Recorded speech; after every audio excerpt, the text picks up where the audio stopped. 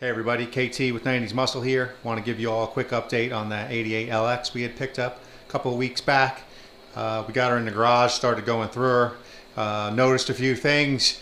At first glance, we noticed the belt was smoked, cracked, dry rotted. We took that off, we put a new one on.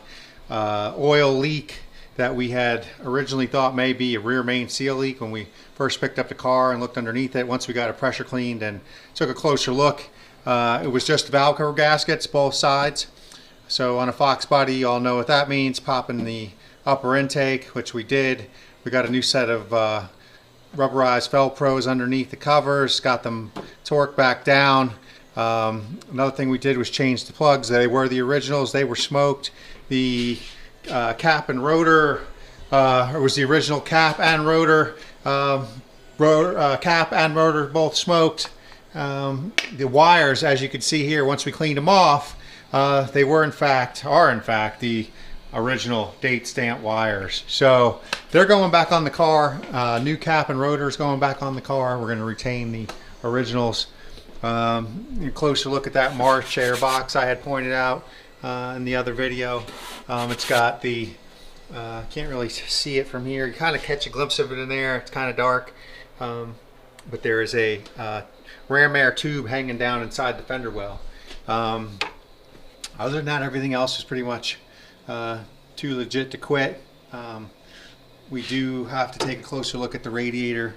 There's a little bit of scale in the tank. It was a little low. We're probably going to pop that out of here and flush it out. So we are going to drop the coolant in this, put fresh coolant in. It may or may not need a new radiator lower radiator hose. We're going to take a look at that once we pop the coolant. We're also going to do a transmission, full transmission fluid flush with a new filter and change the rear diff fluid. Other than that, cosmetically speaking, you can see we popped the headlights out. We had one on the passenger side. The seal was completely shot. It was full of water. Tried polishing up the other one. It wasn't really working out too well. They're the original headlights. So we did get a set of aftermarket replacements we're going to pop in.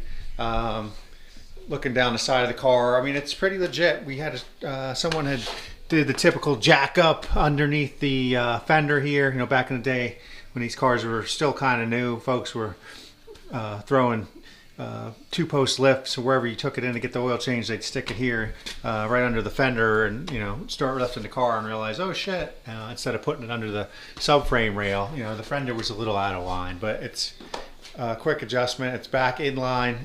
We had a piece of trim in the back there that was kind of coming up a little bit. We put some epoxy under it and we've got it clamped down.